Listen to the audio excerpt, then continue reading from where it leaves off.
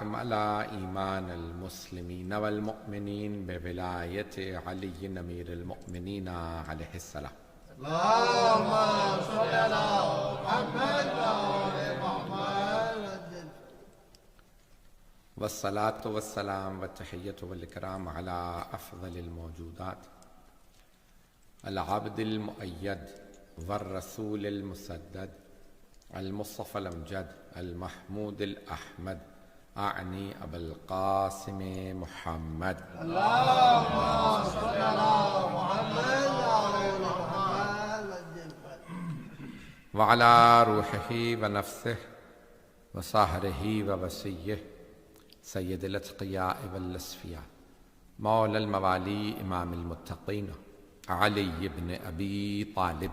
اللهم صل على محمد وآل محمد.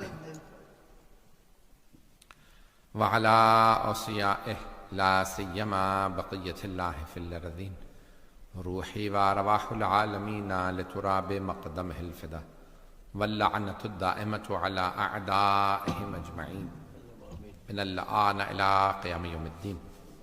أما بعد فقد قال الله الحكيم في كتابه الكريم بسم الله الرحمن الرحيم يا أيها الذين آمنوا اتقوا الله وكونوا مع الصادقين. صدق الله.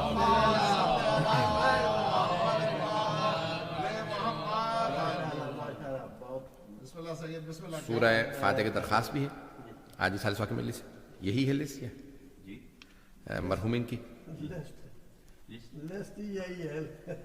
جعفر صاحب کے تمام مرحومین کے لیے، حاضرین کے تمام مرحومین کے لیے، تمام شہداء ملت جعفریہ کے لیے اور تمام ان مؤمنین مرحومین کے لیے جن کی قبروں پہ کوئی فاتحہ پڑھنے والا نہیں. الفاتحہ. بسم اللہ الرحمن الرحیم الحمد للہ رب العالمین اهدنا الصراط المستقيم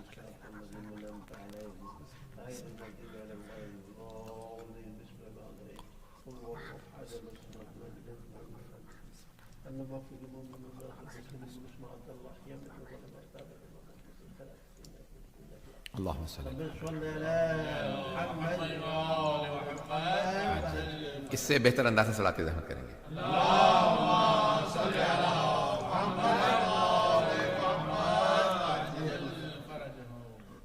میں نے سورہ توبہ کی آیت نمبر 119 کا انتخاب کیا.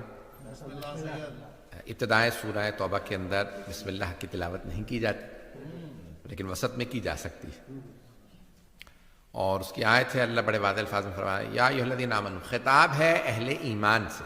بسم اللہ بسم اللہ. 2 ہفتے بعد دوبارہ آپ کی خدمت ہے. تو اللہ جس سے خطاب کر رہا ہوتا ہے اسے توجہ دینی چاہیے کہ کس سے خطاب ہے. کبھی اللہ کہتا ہے یا بنی آدم، اے بنی آدم، اے اولاد آدم. کبھی یا ایھا الذین ہادوا. کتنا اللہ کا پیارا انداز ہے. جیسے مسلمانوں کو پکار رہا ہے ویسے ہی یہودیوں کو بھی پکار رہا ہے تاکہ وہ یہ نہ کہیں ہمیں جب بلایا ہی نہیں قرآن میں تو ہم قرآن کی کیوں سنے ہیں. تو یا ایھا الذین ہادوا، اے یہودیو. تو یا ایھا الذین آمنوا تو یہاں اہل ایمان سے خطاب ہے. تو میں اس کو پہلے پیش کر چکا ہوں اس لیے فوراً آگے بڑھوں گا. یا ایھا الذین آمنوا، اے ایمان والو. اتقوا اللہ، تقوی اختیار کرو. تو اس کا مطلب ہے ہر مومن متقی نہیں. میں اس بات کو پہلے پیش کر چکا ہوں، توجہ ہے. اللہ کہہ رہا ہے مومنو متقی بن جاؤ. ہر مومن متقی نہیں ہے، نہیں تو اللہ نہ کہتا مومنو متقی بن جاؤ. ہر متقی مومن ہے. چھٹے امام سے پوچھا گیا کہ مولا یہ تقوی کی نشانی کیا ہے؟ تو آپ نے فرمایا کہ جو حرام سے بچے اور خدا کے امر کے سامنے تسلیم ہو جائے وہ متقی ہے. تو تقوی یہ ہے کہ پرہیزگار انسان حرام سے بچے، گناہوں سے بچے. حتیٰ واجب کا ترک کر دینا بھی حرام ہے. واجب کا ترک کر دینا بھی حرام ہے. واجب کو چھوڑنا حرام، یا حرام سے بچنا بھی واجب ہے. پتہ نہیں لوگ ہیں یا نہیں. حرام و واجب متضاد ہیں. جو چیز حرام ہوگی اس کا الٹ واجب ہوگا، جو چیز واجب ہوگی اس کا الٹ حرام ہوگا. بات واضح ہوئی؟ اور مقاصد فکر کا نہیں پیش کر رہا، فقہ جعفری کو پیش کر رہا ہوں. تو اب یہاں پہ اللہ سبحانہ وتعالیٰ فرما رہا ہے یا ایھا الذین آمنوا اتقوا اللہ، اے ایمان والو متقی بن جاؤ، تقوی اختیار کرو، پرہیزگار بنو. وَكُونُوا مَعَ الصَّادِقِينَ، اور صادقین کے ساتھ ہو جاؤ. آدھا مجمع ساتھ ہے، آدھا نہیں ہے. خطاب مومنوں سے، پہلا خطاب متقی بننے کے لیے، پھر اللہ یہ کہہ رہا ہے وَكُونُوا مَعَ الصَّادِقِينَ. یہ نہیں کہا سچے بن جاؤ، کہا سچوں کے ساتھ ہو جاؤ. بھئی مومن کو خطاب ہے جب متقی بن جاؤ گے نا تو پھر اس کے بعد صادقین کے ساتھ ہو جانا، کیونکہ سچا بننا تو ایمان کی شرائط میں، تقوی کی شرائط میں نہیں ہے مجمع. بھئی اگر متقی ہے تو اس کا مطلب ہے سچا ہے، تو سچا بننے کی نہیں ہے اللہ کا مطالبہ. یہ نہیں کہ سچے بن جاؤ، کونو الصادقین نہیں کہا سچے بن جاؤ، نہیں، کونو مع الصادقین. کچھ ایسے سچے ہیں جس جیسا بن نہیں سکتے، ان کے صرف ساتھ ہو سکتے ہیں. کچھ ایسے سچے ہیں، آئیں ذرا میں آپ کو کچھ پہچان کروا دوں کہ کیسے سچے ہیں. کچھ ایسے سچے ہوتے ہیں کہ جن کے صرف ساتھ ہو سکتے ہیں، ان جیسے نہیں ہو سکتے. اب نہ کہیے گا ہم جیسے،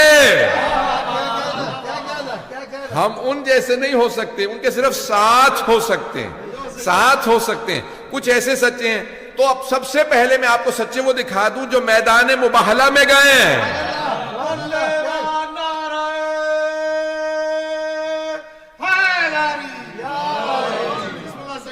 توجہ ہے نا جانے کی راہ. تو جو میدان مباہلہ میں گئے ہیں، اگر سبھی سچے جا سکتے ہوتے تو پھر اللہ کبھی نہ کہتا سچوں کو لے جائیے، جھوٹوں پہ ہم لعنت کریں گے. تو اب جو میدان مباہلہ میں گئے ہیں ان جیسے سچوں کے ساتھ ہونا.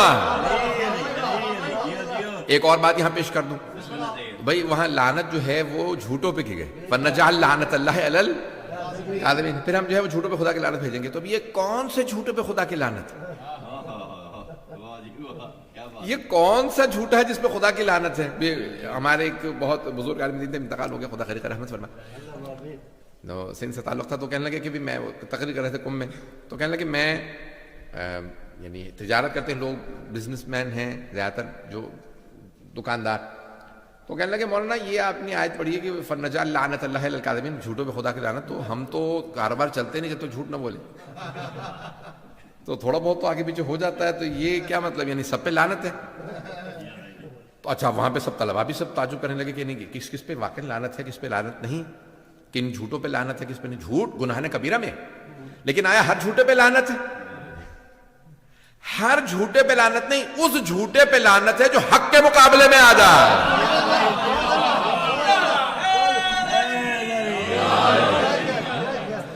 جو حق کے مقابلے میں آ جاتا ہے ایسے جھوٹے پہ خدا کی لعنت ہے. جو حق کے مقابلے میں آ جائے، سچوں کے مقابلے میں آ جائے، جو حق والوں کے مقابلے میں آ جائے، چاہے وہ مباہلہ میں ہو چاہے سقیفہ میں ہو.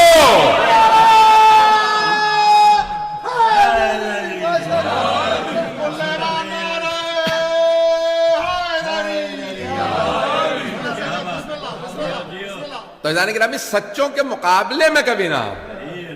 اچھا اب جو حق کے ساتھ ہوتا ہے نا، تو جب وہ حق کے ساتھ ہوتا ہے اس کی بخشش ہو جاتی ہے، کیونکہ حق کے ساتھ ہونے والا لازمی نہیں ہے کہ وہ پورا پرفیکٹ ہو، عادل ہو، ما کمال ہو. حق کے ساتھ ہے تو اس میں آہستہ آہستہ کمال آتا جائے گا. بھئی تھوڑی سی توجہ کیجئے گا. جو سورج کے ساتھ ساتھ رہتا ہے تو روشنی پڑتی رہتی ہے، جو حق کے ساتھ رہے گا اس پہ عکس آتا رہے گا. حق کے ساتھ رہنا بہت ضروری ہے. ساتھ رہو گے تو کچھ نہ کچھ اثر آئے گا، اور جس پہ حق کے ساتھ رہ کے بھی اثر نہ آئے تو اس پہ بھی لعنت ہے.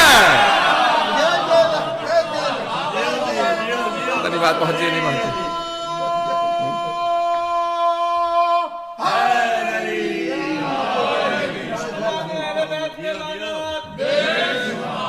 بات پہنچ رہی ہے نا جان کے؟ جو حق کے ساتھ رہے، سچ کے ساتھ رہے، سچوں کے ساتھ رہے، پھر بھی کوئی اثر قبول نہ کرے. بھئی دیکھیں نا یہ پانی کیسا ہوتا ہے، آپ نے غور کیا نا، اپنا کوئی رنگ نہیں ہوتا اس کا. جو آپ اسے رنگ دینا چاہیں وہ رنگ لے لیں.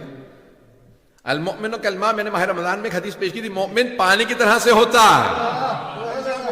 عزیزان گرامی اسی لیے ہم کہتے ہیں کہ مومن کا عنوان و صحیفۃ المؤمن حب علی ابن ابی طالب. حبیب خدا فرما گئے کہ مومن کے نامہ اعمال کا سرنامہ ولایت علی ہوگی.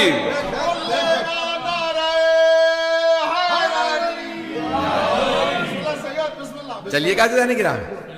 تو اب یہ حب علی جو ہے وہ صحیفہ مومن کا جو نامہ اعمال ہے، میں جو آج پوری تمہید باندھی ہے، میں جو پیش کرنا چاہ رہا تھا کہ خود خمسہ کا موضوع ہے چھٹے امام صاحب کی زندگی. عزیزان گرامی اللہ نے کہا کہ سچوں کے ساتھ ہو جاؤ.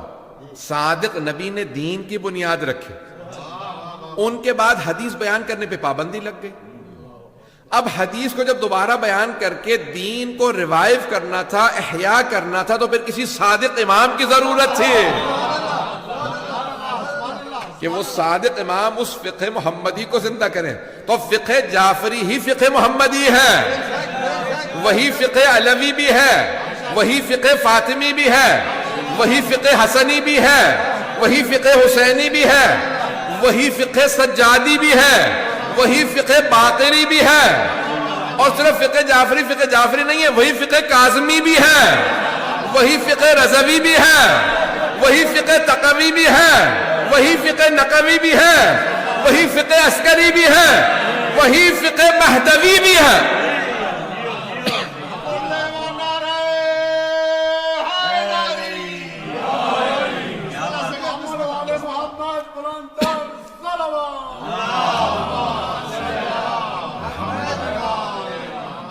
اور فرمانے جانے گرام یہ جو فقہ جعفری جس طرح سے فقہ حنفی ہے، فقہ مالکی ہے، فقہ شافعی ہے، فقہ حنبلی ہے، ویسے فقہ جعفری نہیں ہے. بہت سے کہتے ہیں بھئی یہ اسکول آف تھاٹ ہے، ٹکرا جائیں. یہاں تک کہ ایک صاحب نے کتاب لکھی ہے کہ اگر ائمہ اربعہ سمجھتے ہیں نا، 4 امام جنبے میں نام لیے، ائمہ اربعہ کی اگر تمام چیزوں کو جمع کر دیا جائے، میری اپنی تحقیق نہیں ہے کہ میں نے چاروں فقہوں کو پوری طرح سے اول ذاکر دیکھا ہو، ان کی تحقیق پیش کر رہا ہوں. وہ کہتے ہیں کہ اگر ائمہ اربعہ کے تمام احکام کو جمع کر دیا جائے، حرام کو جمع کر دیا جائے، تو کچھ حلال نہیں رہتا. اتنا تعداد ہے کہ اگر سارے حرام جمع کر دیے جائیں تو کچھ حلال نہیں، اور اگر سارے کے سارے حلال جمع کر دیے جائیں تو کچھ حرام نہیں رہتا. عزیزان گرامی اس طرح سے فقہ جعفری نہیں ہے. فقہ جعفری ہی فقہ علوی ہے، یہی فقہ محمدی ہے. بس میں ایک حدیث پیش کر دوں. میں سمجھتا ہوں کہ میں نے ساری کی ساری مجلس مکمل کر دی. میں پھر آگے بڑھ جاؤں گا، پھر فقہ امام صادق علیہ السلام کو پیش نہیں کروں گا، کچھ اور مطالب پیش کروں گا امام کی زندگی سے. بس یہ ایک حدیث چھٹے امام کی سن لیجیے، سے پلے سے باندھ لیجیے گا کہ چھٹے امام علیہ السلام فرماتے ہیں حرام محمد حرام الی یوم القیامہ وحلالہ حلال الی یوم القیامہ. آپ فرماتے ہیں محمد صلی اللہ علیہ وآلہ وسلم کا حرام قیامت تک کے لیے حرام ہے، ان کا حلال قیامت تک کے لیے حلال ہے. بھئی یہ اور ہوں گے جو کہیں گے کہ ہم رسول خدا کے حرام کو حلال کر رہے ہیں. یہ کھانا تھا یعنی رسول خدا کے زمانے میں حلال تھا، وہ حرمہما وعاقب علیہما، میں اسے حلال کر رہا ہوں. اور پھر اس کے بعد کہیں کہ نہیں رسول خدا کے زمانے میں حلال تھا، میں حرام کر رہا ہوں. عزیزان گرامی بھائیوں سے پوچھ لیجئے، ہمارے بھائی کہتے ہیں کہ ہم اہل سنت نہیں ہیں، ہم اہل سنت والجماعت ہیں.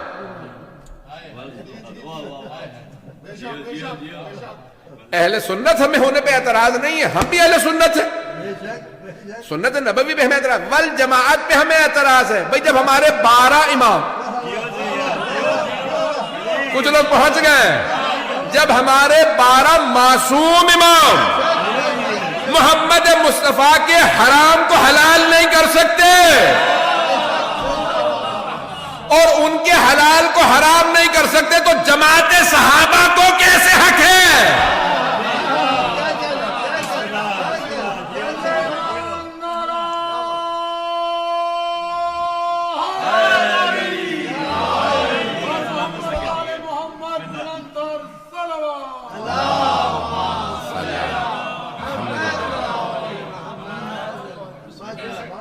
ہمیں صرف اعتراض یہ ہے کہ جماعت کو حق نہیں ہے.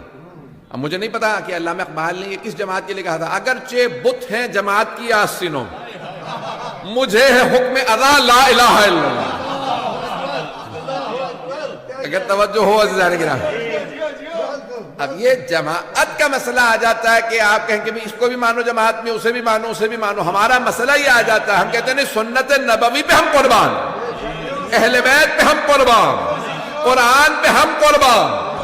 لیکن جہاں تابعین کا، صحابہ کا اور دوسروں کا اگر دین کا مسئلہ پیغمبر سے ٹکرا گیا تو پھر ہمیں کوئی چیز پیغمبر کے مقابلے میں قبول نہیں ہے، کیونکہ قرآن نے کہہ دیا ما آتاکم الرسول فخذوہ وما نہاکم عنہ فانتہوا. اگر جو کچھ تمہیں رسول دے دے قبول کر لو، جس سے روک دے رک جاؤ. اس میں نہیں کہا کہ صحابہ شامل ہیں. رسول خدا کا اللہ فرما رہا کہ جو کچھ وہ کہہ دیں ویسا کرو. بات واضح ہو رہی ہے اذان گرامی؟ تو اذان گرامی اب اعتراض یہی ہوا چھٹے امام پہ، پانچویں امام پہ. یہ آپ کیوں کہتے ہیں قال رسول اللہ صلی اللہ علیہ وسلم؟ رسول خدا نے فرمایا. سند بیان کریں، سند سمجھتے ہیں نا، چین آف نریشن. سند بیان کریں، آپ نے کس سے حدیث لی، اس نے کس سے لی، اس نے کس سے لی، اس نے بھئی آپ 83 ہجری میں آپ کی ولادت ہوئی ہے، 114 ہجری کے بعد اب آپ جو ہیں وہ سنبھال رہے ہیں منصب امامت 114 ہجری کے اندر، اور یہ یعنی رسول خدا کی وصال کو 100 سال سے زیادہ ہو چکا. تو 100 سال بعد آپ سند بھی بیان نہیں کر رہے. آپ فرماتے ہیں قال رسول اللہ صلی اللہ علیہ وسلم، رسول خدا نے یہ فرمایا. تو آپ کو کیسے پتا چلا؟ کسی نے تو بتایا ہوگا آپ کو. بھئی جو بھی ممبر پہ آتا ہے، جو مجمع میں بیٹھتا ہے، جو پیاز کی دکان پہ بیٹھ کے کہہ رہا ہے پیاز نہ کھاؤ یا کھا لو، مکے میں تو بخشے گئے. جو آدمی جو کچھ بھی کہتا ہے وہ سند بیان کرتا ہے. میں نے اس سے سنا کہ رسول خدا نے فرمایا کہ اگر مکے میں پیاز کھایا تو بخشا گیا. پتہ نہیں لوگ ہیں یا نہیں ہیں. قابل اعتراض بقابل گرفت بات نہیں کروں گا. عزیزان گرامی، اب یہاں پہ امام سے اعتراض ہوا کہ آپ بیان کیجئے سند کیا ہے. آپ نے فرمایا میں جو کچھ بیان کرتا ہوں اپنے بابا سے، میرے بابا جو کچھ بیان کرتے ہیں میرے دادا سے، وہ جو کچھ بیان کرتے ہیں اپنے والد سے، حسین ابن علی سے، وہ حسن سے یا امیر المؤمنین سے، اور علی جو کچھ بیان کرتے ہیں رسول خدا سے. اللہ قرآن میں فرما رہا ہے وما ينطق عن الهوى ان هو الا وحی یوحى. رسول خدا نطق ہی نہیں کرتے جب تک کہ وحی نازل نہ ہو جائے. کہا ہم جو کچھ بیان کرتے ہیں وہ اللہ ہی سے ہے. یہ میرا سلسلہ سند ہے.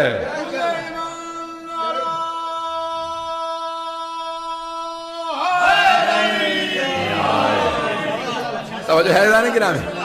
کہیں میرا سلسلہ سند ہے، آج بیان کر دیا، آئندہ بیان نہیں کروں گا. میں جو کچھ بیان کرتا ہوں وہ اسی سلسلے سے. عزیزان گرامی، اب امام کے شاگردوں میں 4000 سے زیادہ شاگرد. اچھا یہ ایسے نہیں شاگرد جو الف بے پڑھ رہے ہیں تو وہ بھی شاگرد ہے. اب کوئی مثال کے طور پہ مکتب میں پڑھنے آ گیا، مولا مجھے الف بے پڑھا دیں. مولا یہ تو نہیں کہتے تھے کسی اور سے جا کے الف بے پڑھ لیں. مولا کہتے تھے الف بے پڑھنے آیا، الف بے ہی سکھاؤں گا. لیکن یہ جو 4000 یونیورسٹی میں تھے نا، امام کے جو حوزے میں تھے، یہ 4000 الف بے پڑھنے والے نہیں تھے، وہ مسجد میں آیا کرتے تھے. یہ تو مدینے میں امام علیہ السلام کا حوزہ تھا، بہت بڑی بلڈنگ جو بھی میں نے خود دیکھی ہے، 2002 تک تو تھی. اس کی دیواریں یعنی خراب ہو گئی تھی، اس کے یعنی کھڑکیاں دروازے توڑ دیے تھے. تو کسی نے کبھی یہاں، میں نے کبھی روک دیں گا نہیں، جا نہیں سکتے، اتر نہیں سکتے. میں نے کہا ساری بس رکی رہے، بس میں جلدی سے جا کے زیارت کر کے آ جاؤں. میں زیارت کرنے گیا تو یقین مانیے ایسی خوشبو آ رہی تھی، کھنڈر سے ایسی خوشبو تھی کہ پتہ چلتا تھا صادق آل محمد کے قدم آئے. تو میں کسی کو سنا رہا تھا، کہنے لگے نہیں آپ کے کوئی شیعہ اتر ڈال گئے ہوں گے. ایک صاحب مجھ سے کہنے لگے کہ شیعہ. میں نے کہا تو پھر مانو نا، کچھ ہستیاں ایسی ہیں کہ جن کے کھنڈر پہ بھی لوگ اتر ڈال کے جاتے ہیں. مدرسہ کھنڈر پہ بن جائے تو لوگ وہاں اتر ڈال کے جاتے ہیں. اوروں کے متعلق میں کچھ نہیں کہوں گا. عزیزان گرامی، یہ جناب صادق آل محمد علیہ السلام کا کرم ہے. 4000 شاگرد، اور یہ سب لوگ ایک بقول ایک صاحب کے کہ یہ سب ریسرچ پیپر لکھ رہے تھے. پی ایچ ڈی یا ایم فل لیول کا یہ سارے کے سارے شاگرد تھے. اور اس کی دلیل کیا؟ کہ ان کے شاگردوں میں ایک سے قابل آدمی، اور انہی کے شاگردوں میں سے امام ابو حنیفہ بھی ہیں، امام مالک بھی ہیں. امام ابو حنیفہ صرف 2 سال پڑھے، امام مالک 7 سال پڑھتے رہے. اور امام مالک اپنی کتاب میں لکھتے ہیں کہ میں نے نہ کسی کتاب میں پڑھا، نہ دیکھا، نہ سنا اتنا قابل انسان اور اتنا باتقوی زہد والا آدمی جتنا کہ جعفر ابن محمد. اللہم صلی اللہ محمد. چلیے گا نا. تھوڑا سا موضوع خشک ہو جائے گا لیکن چلیے گا. کہا میں نے اتنا مقدس انسان نہیں دیکھا, اتنا علم والا نہیں دیکھا کہ جب کسی موضوع پہ جا کے بات کر لو, جس موضوع پہ جب جا کے سوال کرو لگتا ہے ابھی تیاری کر کے آؤ. پتہ نہیں لوگ ہیں یہ نہیں. کہ جیسے ہمیشہ ان کو حضور ذہن ایسا ہی رہتا ہے, ہمیشہ حاضر جواب ہے. شام سے ایک فقیہ آیا, بہت قابل تھا. کہا شام سے آیا ہوں جعفر ابن محمد سے ملنا.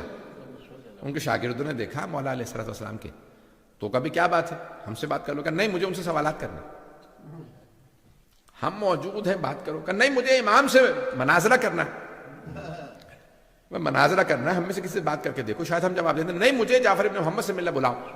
اب امام علیہ السلام سے کہا مولا ایک آدمی آیا شام کا کہ فقیہ ہوں, 20 سال سے فقیہ ہوں, وہ مناظرہ کرنا چاہتا ہے. مولانا نے کہا اچھا ٹھیک ہے, آئے کہ فرماؤ کیا بات ہے.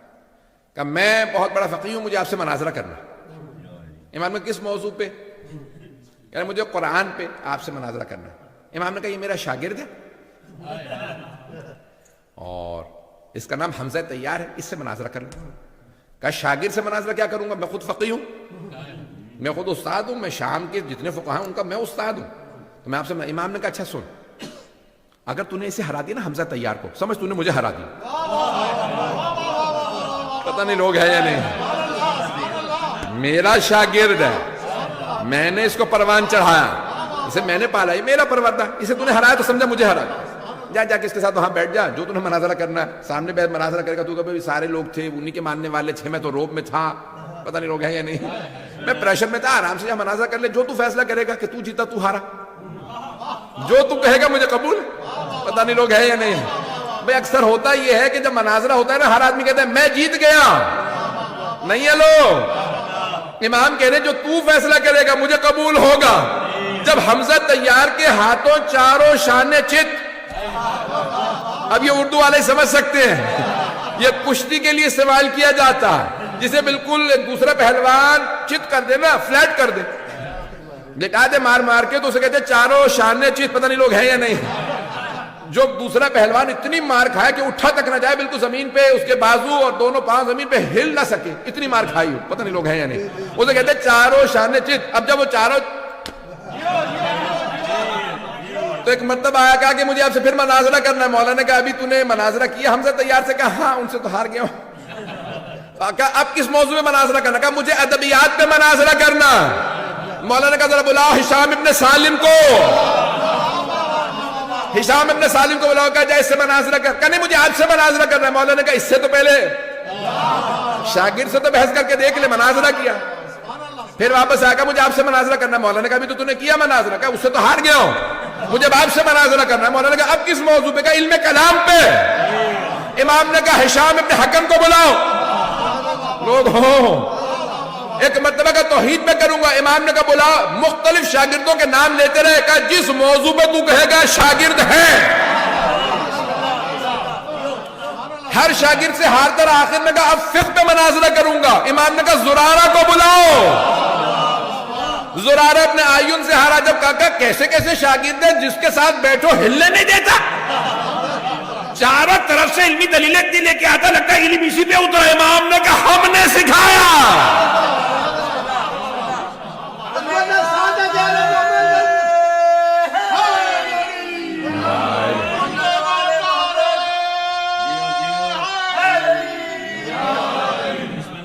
توجہ ہے ذہنی گرامی, یہ امام کے شاگرد, یہ امام کے پروردہ. ذہنی گرامی مختلف بڑے بڑے علماء. ایک مرتبہ خود یونان کا, گریس اس زمانے میں بڑا ایڈوانس مانا جاتا تھا, یونان کے بڑے بڑے فلاسفہ گزرے تھے, بڑے بڑے اطباء گزرے تھے, ڈاکٹرز گزرے تھے میڈیسن کے اندر. تو ایک ڈاکٹر آیا, اس نے کہا بھی میں ملنا چاہتا ہوں تمہارے استاد سے. امام نے کہا کہ بلاؤ. کبھی کیا کس چیز کے ایکسپرٹ ہو؟ اس نے کہا میں مثال کے طور پہ زولوجی کا میں ایکسپرٹ ہوں, طب میں ماہر ہوں, جانوروں کے میں نے بڑے سارے مختلف جانوروں کے میں نے علاج کر کے دیکھے ہیں, ان سے مختلف میں نے بیماریوں کے. امام نے کہا اچھا. تو اب امام نے ایک مرتبہ, اگر آپ توحید مفضل اٹھا کے دیکھیں, اگر سننا چاہیں گے, میں ایک دلیل دوں گا. گھبراہٹ آپ کی بتا رہی ہے کہ کوئی علمی موضوع سننے کے موڈ میں نہیں ہے آپ, حالانکہ روزے بھی ختم ہو گئے اب تو. رضوان گرامی, ایک مرتبہ امام علیہ الصلوۃ والسلام نے کہا کہ اچھا تم زولوجی سارے, تم نے ڈاکٹر تھا, یعنی جس کا آپ کی زبان میں کہتے ہیں ڈنگر ڈاکٹر, ایسے ہی ہے کہ جانوروں کا ڈاکٹر ہے, تو کبھی تم ڈانگر دیکھتے رہے ہو، مختلف جانوروں کو دیکھتے رہے ہو، بتاؤ کیا؟ ہاں یہ میں اس طرح سے ہوتا ہے، ویسے علاج ہوتا ہے۔ میں نے کہا ٹھیک ہے، اس کے بہت سے سوالات ہیں، میں تفصیل کا وقت نہیں ہے، سن لیجیے گا۔ میں بہت پیارے انداز سے کوشش کروں گا کہ امام کے مطلب کو ایسا پیش کروں کہ دلوں میں اترے، ذہن میں جگہ بنے۔ تو امام علیہ السلام نے کہا تم نے دیکھا کہ پرندے جو ہیں وہ انڈے دیتے ہیں، بہت سے ریپٹائل جس کہا جاتا ہے وہ بھی انڈے دیتے ہیں، فش ہیں انڈے دیتی ہیں مختلف۔ کہا ہاں۔ امام نے کہا تم نے پرندوں کے انڈوں کو دیکھا، ان کے سائز مختلف ہوتے ہیں، شکل مختلف ہوتی ہے، توجہ ہو۔ اچھا اب شاگرد پریشان ہے کہ امام تو جانور پرندے پالنا پولنا یہ ہمیں صبح سے رات تک ہمیں پڑھاتے رہتے ہیں، تہجد میں ہیں، نماز میں ہیں، عبادات میں ہیں، روزوں میں ہیں، قرآن میں ہیں، یہ پرندوں سے جانوروں سے متعلق ایسے گفتگو کر رہے ہیں کہ پوری زندگی انہوں نے طبابت کی ہو، پتہ نہیں لوگ ہیں یا نہیں۔ اب شاگرد بھی پریشان ہے کہ ہمیں ساری زندگی پڑھاتے میں ہو گئی، یہاں تک کہ حضرت زرارہ نے کہا مولا جب آپ کے بابا پڑھاتے تھے نا تو میں بچہ تھا، آپ کے پاس بیٹھتا تھا، آپ مجھے حج پڑھاتے تھے، مولا یہ 35 سال ہو گئے مجھے پڑھتے ہوئے، یہ فقہ کب ختم ہوگا؟ امام علیہ السلام نے فرمایا زرارہ وہ حج جو جناب آدم کی خلقت سے 2000 سال پہلے شروع کیا، تم چاہتے ہو سارا پڑھا دو؟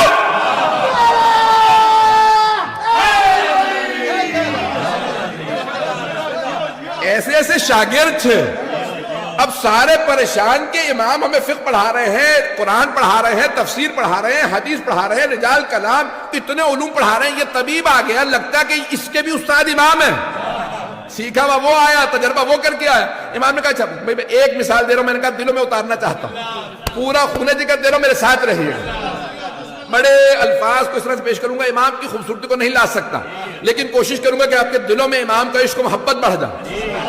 اعزائے گرامی امام نے کہا کہ تم نے دیکھا کہ مختلف پرندے انڈے دیتے ہیں، کہا تو ان کے سب پرندوں کے رخ الگ الگ ہوتے ہیں، ان کے رنگ الگ الگ ہوتے ہیں، پرندوں کے رنگ الگ الگ ہوتے ہیں۔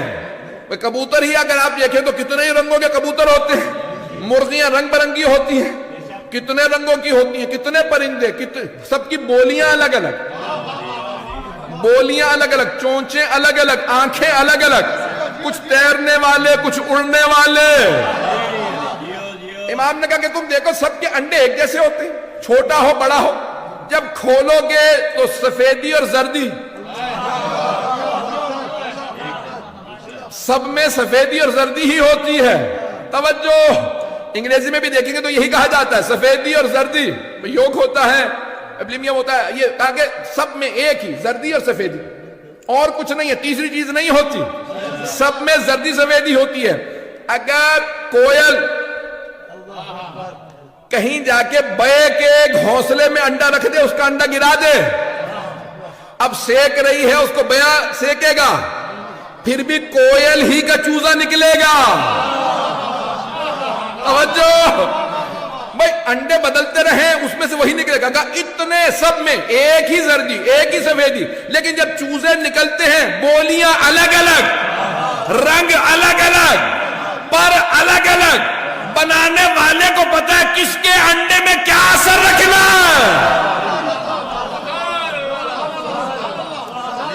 وہ خالق اتنا باریک بین ہے، اتنی فائن لائن ڈرا کرتا ہے کہ کبھی دھوکہ نہیں ہوتا یہ کس کا انڈا تھا۔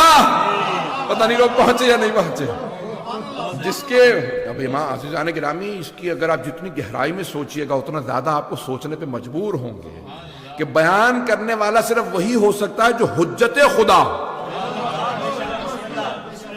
حجت خدا کے علاوہ کوئی بیان نہیں کر سکتا، یہ وہی بتا سکتا ہے جسے اللہ نے علم دے کے بھیجا ہو، یہ وہی بیان کر سکتا ہے اس کی خلقت کا ہدف کیا تھا، کہ اتنے پرندوں کے اندر اتنی بولیاں، اتنے رنگ، اتنی نسلیں، اور اس کے اندر کتنی انواع اقسام کے پرندے ہیں، ان میں کچھ اڑنے والے ہیں، اور پرندوں کے پر ہوتے ہیں بہت سے اڑ نہیں پاتے ہیں، کچھ تیرتے ہیں کچھ تیر نہیں پاتے ہیں، کچھ پانی میں ڈالو تو مر جائیں گے، کچھ پانی نہ ہو تو مر جائیں گے، پتہ نہیں لوگ ہیں، کہ ساری باریکیاں اللہ نے خلق کی۔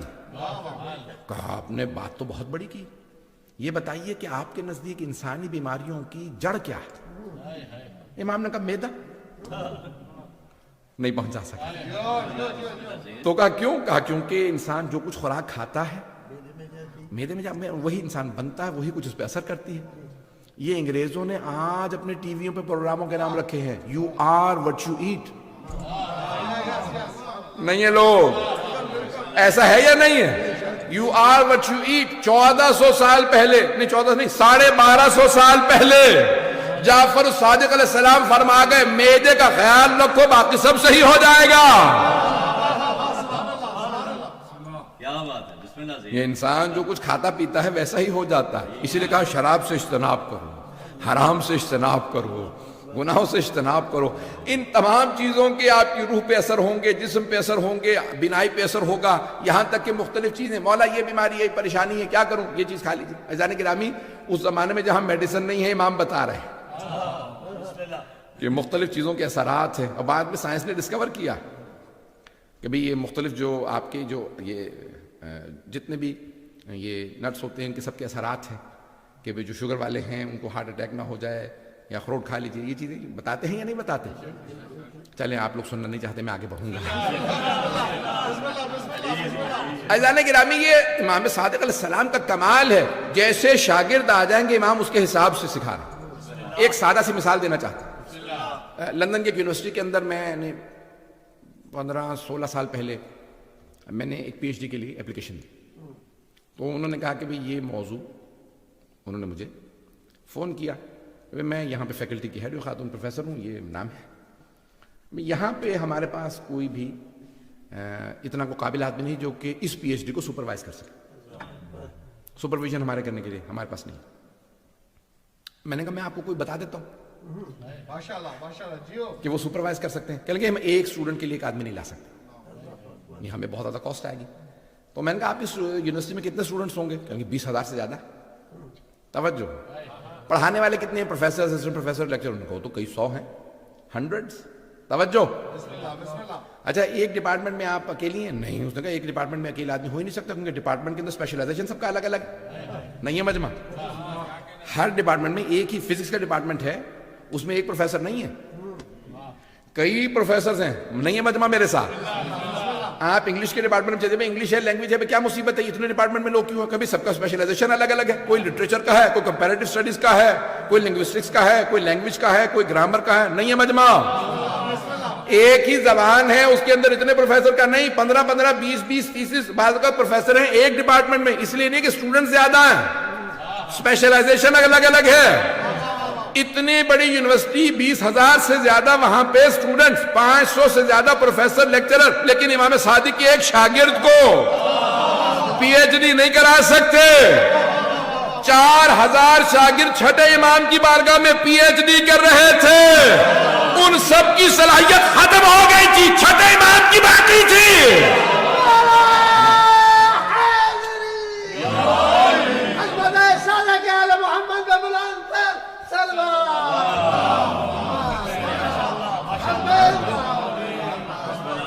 توجہ فرمائی جانے گی، وہ سب کے سب پڑھ رہے تھے الگ الگ علوم، پڑھانے والے ایک، اور وہ کہہ رہے تھے کب تک یہی پڑھاتے رہیے گا، کچھ اور پڑھائیے، نہیں ہے مجمع۔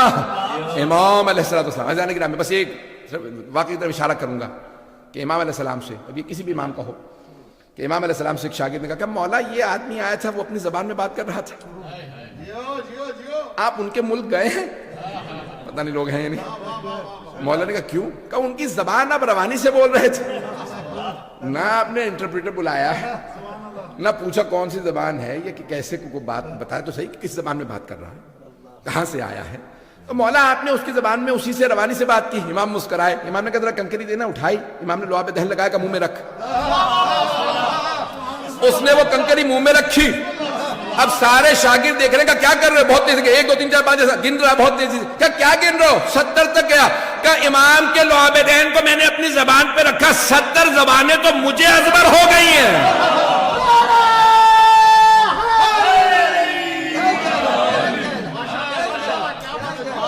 کہ 70 زبانیں تو مجھے ازبر ہو گئی ہیں، جن کے لعاب دہن کا اثر ایسا ہو، سوچیے ان کے خون کا اثر کیسا ہو۔ عزیزان گرامی، ائمہ اہل بیت علیہم السلام، تو عزیزان گرامی یہ امام علیہ السلام کا بحث میں زیادہ تفصیل میں نہیں جا رہا ہوں، بس 1 2 واقعہ کی طرف اشارہ کروں گا کہ امام کے شاگرد بڑے بڑے قابل شاگرد ہیں امام علیہ السلام۔ امام کے شاگردوں میں سے ایک شاگرد کا نام، آپ نے یہ واقعہ سینکڑوں مرتبہ سنا ہوگا، مجھ سے بھی سن لیجیے۔ نام ہے ہشام ابن حکم، کوفے کے رہنے والے ہیں، شیعہ ہیں، اور بہت نوخیز سے، ابھی ان کی داڑھی بھی نہیں آئی تھی، تو یہ امام کے شاگرد تھے، تو امام کے پاس آئے ملنے کے لیے مدینے میں۔ مولا نے ایک مرتبہ کہا کہ بھئی جب گئے تو مولا بار بار دیکھ رہے ہیں وہ ہشام آنے والا، وہ آنے والا۔ لوگوں کو مولا کون آنے والا؟ کبھی ابھی آنے والا۔ جیسی وہ آیا مولا نے ابا اتاری، ہشام کوڑا ہے۔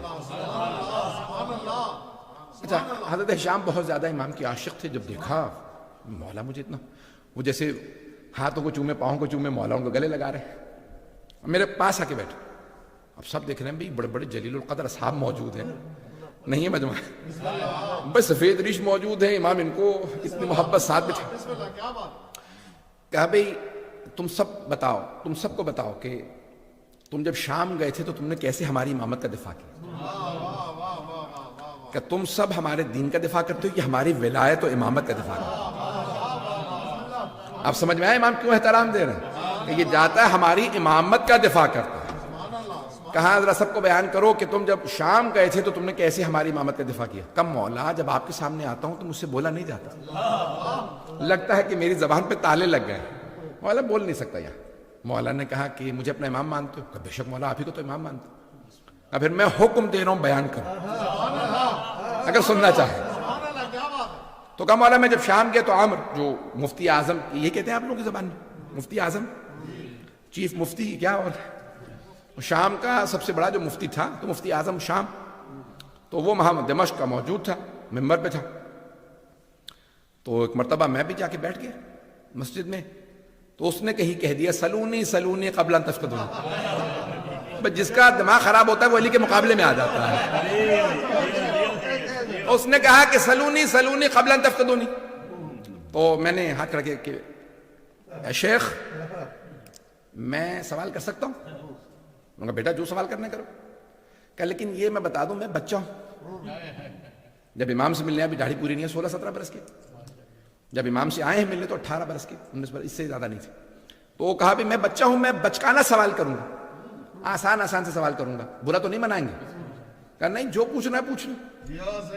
اب وہ 73 برس کے شیخ تو کہا کہ یہ بتائیے آپ کی آنکھیں ہیں؟ بہت مفتی اعظم نے غصے میں دیکھا، دیکھ بھی رہے ہو پھر سوال کر رہے ہیں؟ میں نے تو آپ سے پہلے کہا تھا میں بچہ ہوں، میں بچکانا سوال کروں گا، اگر آپ برا منا رہے ہیں تو کہہ دیجئے کہ سلونی سلونی میں نے جھوٹا کہا تھا، آپ جھوٹے ہیں کہہ دیجئے، میں بیٹھ جاتا ہوں۔ اب وہ سمجھ گیا کہ یہ بہت تیز آدمی۔ کہا کہ نہیں میں سلونی تو میں نے کہہ دیا ہے، جو پوچھنا پوچھو گا، بتائیے آنکھیں ہیں آپ کی؟ کہہ لیں گے ہاں آنکھیں ہیں۔ کیا کرتے ہیں آپ آنکھوں سے؟ کہا آنکھوں سے دیکھتا ہوں۔ اچھا آپ کے کان ہیں؟ کہنے کان بھی ہیں تم دیکھ رہے ہو۔ کہا بتائیے کانوں سے کیا کرتے ہیں؟ کہا کانوں سے سنتا ہوں۔ کہا آپ کے ہاتھ ہیں؟ کہا کیا کرتے ہو؟ کہا محسوس کرتا ہوں۔ زبان ہے؟ کہا بول تو رہا ہوں۔ کہا نہیں زبان ہے؟ کہا ہاں ہے۔ کیا کرتے ہیں؟ بولتا ہوں چکھتا ہوں۔ ناک ہے؟ ہاں۔ کیا کرتے ہیں؟ سونگتا ہوں۔ کہا اچھا آپ کا دماغ بھی ہے؟ کہنے لگے دماغ ہے؟ تو کہیں گے دماغ کیا کام کرتا ہے؟ تو کچھ سوچنے لگا۔ کہ جب آنکھیں دیکھتی ہیں نا تو دماغ تصدیق کرتا، جو دیکھا وہی دیکھا، کچھ اور نہیں دیکھا۔ جب کان سنتے ہیں نا تو دماغ تصدیق کرتا، جو سنا ہے وہی سنا، کچھ اور نہیں سنا۔ جب ہاتھ محسوس کرتے ہیں نا تو دماغ تصدیق کرتا، کنفرمیشن دیتا ہے کہ وہی محسوس کیا جو محسوس کیا۔ توجہ ہو۔ تو کہا اچھا حواس خمسہ جب محسوس کریں تو دماغ تصدیق کرتا، کہیں گے ہاں۔ تو اس کا مطلب ہے آپ یہ کہنا چاہ رہے ہیں آپ کے اس جسم میں دماغ امام کا کام کرتا ہے؟ کچھ دیر سوچتا رہا، کہا ہاں کہہ سکتے ہیں۔ نہیں کہا کہہ سکتے ہیں، صحیح ہے یا غلط؟ کہیں گے ہاں اس جسم کے اندر دماغ جو ہے وہ امام کا کام کرتا ہے۔ کہا آپ کے 6 فٹ کے وجود کو تو امام کی ضرورت ہے، اور اس ساری کائنات کو امام کی ضرورت نہیں۔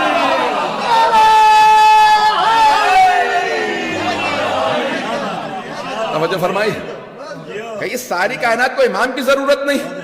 تو کچھ دیر سوچتا رہا پھر کہا کہ کیا کہوں؟ کہا تم ہشام تو نہیں ہو؟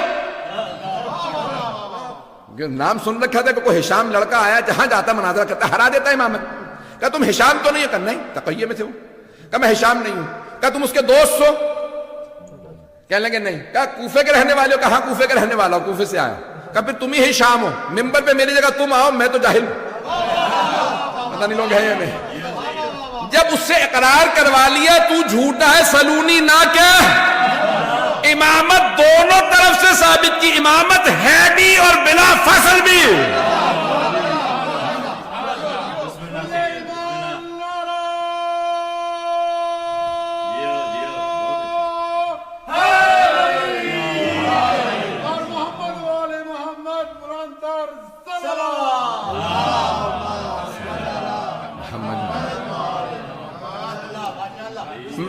میں نے آپ سے کہا تھا واقعہ آپ نے سن رکھا ہوگا.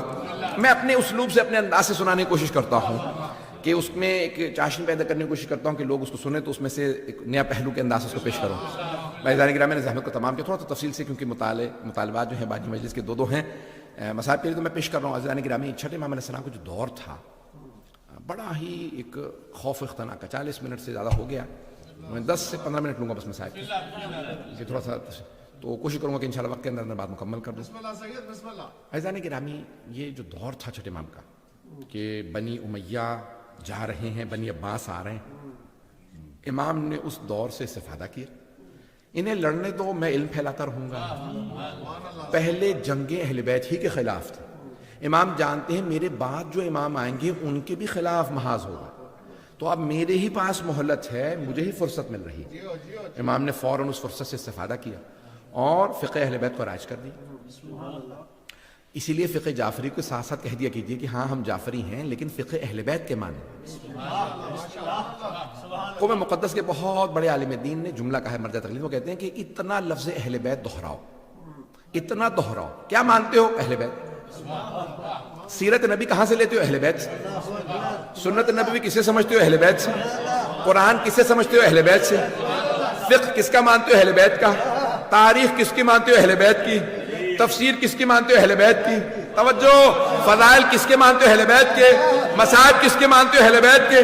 کہ اتنا اہل بیت اہل بیت اہل بیت کرو کہ ہر آدمی مجرم محسوس کرے. اگر ان کے پاس اہل بیت ہے تو ہمارے پاس کیا ہے؟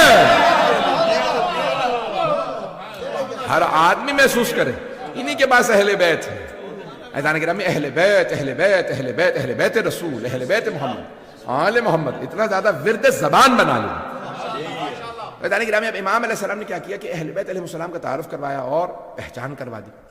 148 ہجری میں امام کی شہادت ہوئی ہے. منصور دوانقی نام, عباسی خلیفہ ہے. پہلا تھا عبداللہ صفاح. صفاح کہا جاتا تھا صفاح, بہت ہی ظالم, خون بہانے والا. تو دوسرا یعنی منصور دوانقی, بہرحال تفصیل ہے لیکن میں وقت میں نہیں, یعنی تو منصور دوانقی بہت ظالم تھا. اس نے امام کو کئی مرتبہ زہر دلوانے کی کوشش کی. تو امام علیہ السلام نے کیا کیا کہ 2-3 چیزیں کی. ایک تو یہ کہ عراق گئے زیارات پہ اور ساری زیارات کے آداب بتائے, حرم بتائے, قبروں کے نشان بتائے, وہاں پہ باقاعدہ حرم کی تعمیر, تاکہ بعد میں آنے والے جب کہیں نا فقہ جعفری سے ثابت کرو تو امام کہیں میری سیرت سے ثابت. یہ لوگ جو کہیں گے نا کہ حرم گرا دو, حرم بنانا بدعت ہے, تو سارے فقہ میں ہو سکتی ہے, فقہ جعفری میں نہیں. پتہ نہیں لوگ ہیں یا نہیں. امام خود گئے. یہ زیارت وارثہ کہاں سے آئی؟ چھٹے امام علیہ السلام. حضرت صفوان نے جب سنی تو کہا مولا میں نے زیارت سنی تھی آپ سے, سن کے لکھی ہے, سنانا چاہ رہا ہوں, کہیں غلطیاں تو نہیں ہوئی. امام نے کہا سناؤ, تم نے کیا اپنے حافظے سے لکھی؟ انہوں نے سنائی. مولا نے کہا اس میں یہ غلطیاں تھی, ٹھیک کر لو. اب انہوں نے امام سے سن کے تصحیح کر کے ہمیں دی. پتہ نہیں لوگ ہیں یا نہیں. پھر کہا مولا آپ نے کربلا میں ایک زیارت پڑھی تھی, زیارت عاشورہ. مولا میں نے لکھی ہے. امام نے کہا سناؤ. پھر کہا اس کے بعد مولا آپ نے ایک دعا پڑھی تھی, امام نے کہا اس کا نام دعا القمہ. ہاں مولا یہ سناؤ. امام نے تصحیح کی. تو یہ ساری حضرت صفوان سے آئی ہیں. اب میں یقین مانیے کہ دل کر رہا کہ آدھا گھنٹہ بے شک مصائب پڑھوں, لیکن وقت نہیں. اب امام نے کہا کہ مولا آپ ہر حرم پہ گئے, نبیوں کے انبیاء کی زیارات ہیں, نبیوں کی زیارت کی, امام حسین کی, کسی بھی آپ نے زری پہ, کسی بھی قبر مطہر پہ اتنا احترام نہیں کی جتنا یہاں. 40 قدم تک امام نے پشت نہیں کی, الٹے پاؤں پیچھے ہٹتے رہے. نہیں تو اکثر ہوتا 10-15 قدم بعد, 20 قدم بعد. کہا 40 قدم والا آپ نے پشت نہیں کی. مولا یہاں کون ہے؟ کہا یہاں ہمارے جد امجد, یہاں علی بن ابی طالب علیہ السلام, یہاں ہمارے کیا. مولا میں یہاں یہ نشان لگا دوں؟ مولا نے کہا ہاں, لیکن اعلان نہ کرنا, ابھی بھی میرے جد کے دشمن بہت زیادہ ہیں, خاص شیعوں کو بتانا.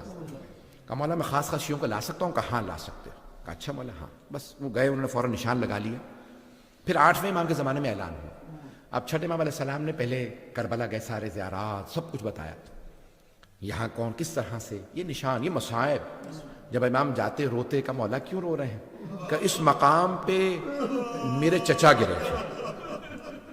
اب یہ امام علیہ السلام نے مقامات بتائے تو حضرت صفوان نشان لگاتے رہے، اچھا مولا یہاں کیا ہوتا، کہ یہاں خیموں کے نشان تھے، اب تو جلا دیے گئے تھے نا، خیمے تو آگ لگ گئی تھی، مولا نے کہا یہاں میری پھپھیوں کے خیمے تھے۔ بس ایک مرتبہ کسی نے سوال کیا کہ مولا اس مقام پہ کیوں رو رہے ہیں، کہا میرے جد کا ایک چھوٹا سا بچہ تھا، اسے ہرملہ نے تیر مارا تھا۔ امام نے بڑی تفصیل سے ہر ایک مسائل بتائے، تو حضرت صفوان روتے بھی، امام کو دیکھتے روتے ہیں، اور پھر کہا کہ مولا، ایک مرتبہ جب مولا واپس آ گئے، مدینے آئے، تو منصور دوانت ملعون نے ایک رات امام کے گھر کو آگ لگوا دی۔ اب آپ سوچیں کہ اس امام پہ کتنے کتنے ظلم ہوئے۔ رات کا وقت تھا، امام گھر میں سو رہے تھے، امام کی بیٹیاں بھی اسی گھر میں تھیں، رات کے وقت امام کے گھر کو آگ لگوا دی۔ بس گھر کو آگ لگنا تھی، امام فوراً صحن میں آگے، خادم فوراً پانی ڈالنے لگے، آگ بجھا رہے تھے۔ امام نے نہ جانے کیا دیکھا، دیوار سے ٹیک لگا کے بیٹھ گئے اور زار و قطار رونے لگے۔ جب امام کو روتا دیکھا تو ایک خادم نے پوچھا، مولا نہ آگ بجھانے میں آپ مدد کر رہے ہیں، نہ گھر سے باہر جا رہے ہیں، صحن میں بیٹھ کے روتے چلے جا رہے ہیں، مولا کیا بات ہے؟ کہا مجھے شام غریبہ یاد آ گئی، مجھے شام غریبہ یاد آ گئی۔ مولا کیوں شام غریبہ یاد آ گئی؟ کہا دیکھ رہے ہو میری بیٹیاں دیکھ رہی ہیں میں صحیح سالم، مجھے چوٹ نہیں لگی، لیکن میری بیٹیاں کبھی مشرق سے مغرب میں دوڑتی ہیں، کبھی مغرب سے مشرق میں دوڑتی ہیں، لیکن جب میرے جد حسین مارے گئے تھے، میرے دادا سجاد چٹائی پہ پڑے تھے، کبھی اس خیمے سے بیویاں اس خیمے میں، میری پھپھیاں خیموں سے خیمے بدلتی تھی۔ اجرکم اللہ، اجرکم اللہ۔ امام علیہ السلام اتنا مولا عرصہ گزر گیا، مولا 50 برس سے زیادہ عرصہ گزر گیا، 60 برس ہو گئے، آپ پھر بھی شام غریبہ یاد کر رہے ہیں۔ مولا شام غریبہ نہیں بھلا سکے۔ سنیں گے ذرا چند جملے سن لیجیے گا، اس سے پہلے مولا کی پوری شہادت پڑھوں، 2 جملے اور سن لیجیے۔ امام کے گھر میں مجلس ہو رہی تھی، آپ جانتے ہیں یہ لفظ مجلس یہ بڑا آسان ہے، آج آپ مجلس برپا کر لیتے ہیں کہ آپ کو کوئی روکتا نہیں ہے۔ پرانے زمانے میں مجلسوں پہ پابندیاں تھیں، حتیٰ مدینے میں مجلس پہ پابندی تھی، بنی عباس کا دور تھا، تو چھٹے امام کے گھر میں مجلس ہو رہی۔ ایک آدمی آیا، کہا مولا کیا بات ہے، اتنا افسردہ آپ کو کبھی نہیں دیکھا، اتنا مولا آنکھوں میں آنسو ہے۔ مولا نے کہا تمہیں نہیں معلوم، وہ مولا کے ننیحال سے دور کے رشتہ دار تھے۔ مولا نے کہا تمہیں نہیں معلوم؟ کہا نہیں مولا۔ کہا کہ تمہیں نہیں پتا یہ ایام محرم کے ایام ہیں، عاشورہ آ گیا ہے، ہم عاشورہ کی وجہ سے رو رہے ہیں۔ ایک مرتبہ کہا مولا حکومت اعلان نہیں کرتی، کبھی بتاتی نہیں ہے، ہمارے ذہن میں نہیں تھا۔ تو ایک مرتبہ مولا نے ان کو دیکھنے کے بعد کہا تمہارے والد شعر کہا کرتے تھے، مرثیہ بھی آپ پڑھتے ہیں نا، نوحہ پڑھیں گے، یہ شعر کی شکل میں ہوتے ہیں۔ تو کہا کہ میں مرثیہ کہا کرتے تھے تمہارے والد، تم بھی مرثیہ کہتے ہو؟ کہا میرے جد حسین کی شان میں کوئی مرثیہ کہا ہے؟ کہا مولا میں نے کہا۔ کہا سناؤ میں رونا چاہتا ہوں۔ اب وہ جب سنانے لگا مولا نے کہا رک جاؤ ابھی نہیں، ایک خادم کو بلا کر ادھر آؤ، ذرا یہاں چادر کھینچ دو، یہاں چادر کھینچ دو۔ اس نے چادر لگا دی، پھر ایک خادمہ سے آواز دے کے کہا ذرا میری ماں سے کہو مجلس ہونے والی ہے۔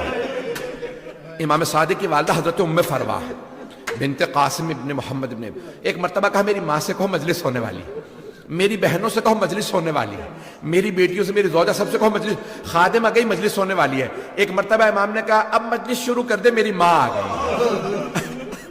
امام کی والدہ گرامی، امام کی زوجہ، امام کی بہنیں، امام کی بیٹیاں سب آ کے بیٹھ گئے۔ تو اب عزیزان گرامی جب مجلس پردے کے پیچھے ہو رہی ہو نا تو بعض اوقات خواتین کی آواز آنے لگتی ہے۔ امام کی والدہ بہت بزرگ تھی، جب انہوں نے مولا حسین کا نام سنا نا اونچی اونچی رونے لگے، واہ حسین واہ حسین ہائے حسین، بلند آواز سے رونے لگی۔ اچھا وہ جو وہ مرثیہ پڑھنے والا امام کی والدہ کے خاندان سے تھا، اس نے ایک مرتبہ آواز دے کے کہا اے ام فروا اگر آپ زیادہ روئیں گی نا تو آپ کا بیٹا امام صادق آپ کو گلے لگائے گا, کہے گا اما اور نہ رو, اے مادر گرامی صبر کیجئے.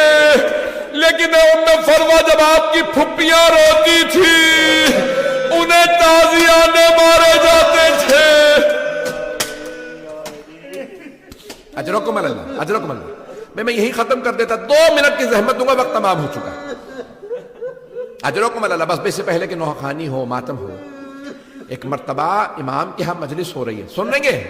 مجھ سے کہا تھا امام جعفر صادق علیہ السلام کے ساتھ ساتھ امام موسیٰ کاظم کے بھی 2 جملے پڑھ دوں.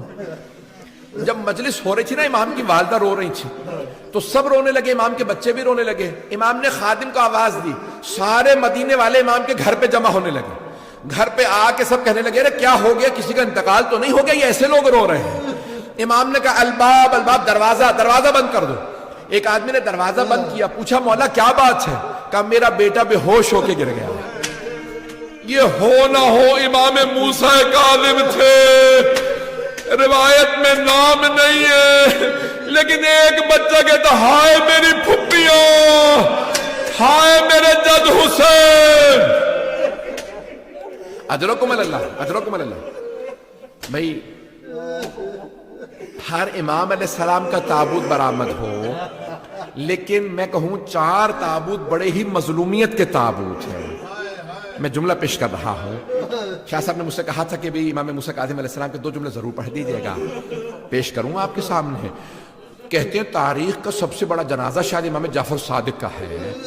مدینے سے باہر سے لوگ آ گئے, 7ویں امام نے بڑے اہتمام سے غسل و کفن دیا, خود جنازہ پڑھایا. میرا جنازہ موسیٰ کاظم پڑھائیں گے. ہر باپ کو حسرت ہوتی ہے میرا غسل و کفن میرے بیٹے کرے, میرا جنازہ میرا بیٹا پڑھائے.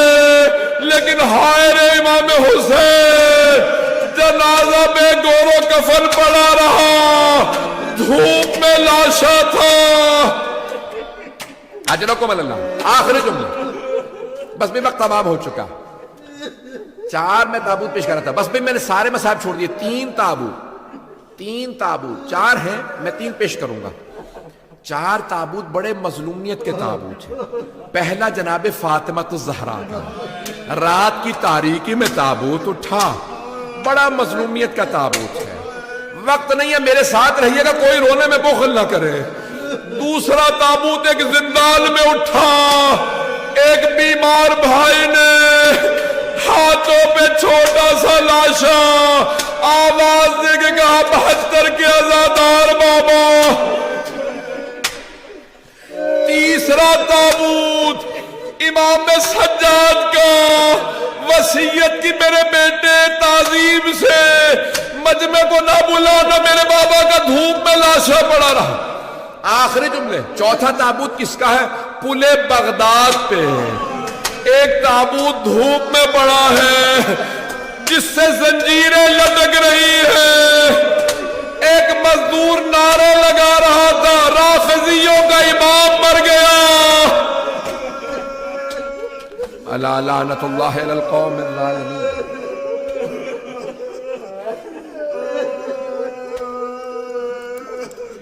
وَسَيَعْلَمُ الَّذِينَ ظَلَمُوا أَيَّ مُنْقَلِبٍ يَنْقَلِبُونَ.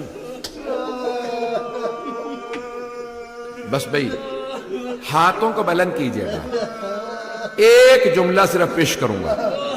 6 امام کی شہادت کا, جب ایک مرتبہ سادات حسنی کو گرفتار کر کے لے جا رہے تھے, امام کو پتا چلا کہ گرفتار کر رہے ہیں, فوراً امام ننگے پاؤں گھر سے دوڑتے ہوئے باہر آئے, کہا رہنے دو, ہم پہ پہلے بڑے ظلم ہو گئے ہیں, ان سادات کو گرفتار نہ کرو. جب وہ لے جا رہے تھے نا, تو ایک مرتبہ کسی ملعون نے ایک نیزہ جس میں زہر بجھا ہوا تھا, امام صادق کا کسی نے کرتا کھینچا, دوسرے نے پشت میں نیزہ مارا, اسی میں زہر تھا. ایک مرتبہ جب امام 65 برس کے ہیں, جیسے امام کے نیزہ لگا امام زمین پہ گرے, آواز دی اپنے بیٹوں کو مجھے اٹھا کے لے جاؤ. امام سے اٹھا نہیں جا رہا تھا, زہر سرایت کر گیا تھا. میں آواز دے کے کہوں یا امام جعفر صادق, اے مولا آپ نے بیٹوں کو آواز دی مجھے اٹھا کے لے جاؤ. مولا لیکن ایک امام ذوالجنہ سے گرے, انہوں نے نہیں کہا میرے بیٹوں مجھے اٹھاؤ, آواز دی اما میں گر گیا.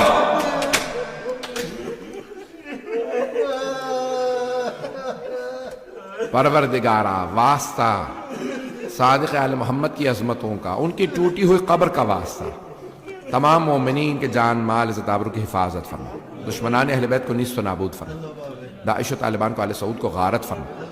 پروردگارہ دنیا کے حالات بہت سے خراب ہے, فلسطین کے, شام کے, بحرین کے, یمن کے, سب کی حفاظت فرما, کشمیر کے, نہ جانے کہاں کہاں, افغانستان, پروردگارہ سب کی حفاظت فرما. بانی مجلس کی توفیقات میں اضافہ فرما, ان کے تمام مرحومین کے, ہم سب کے تمام مرحومین کی شب جمعہ ہے, سب کی مغفرت فرما. ربنا تقبل منا انك انت السميع العليم بحق محمد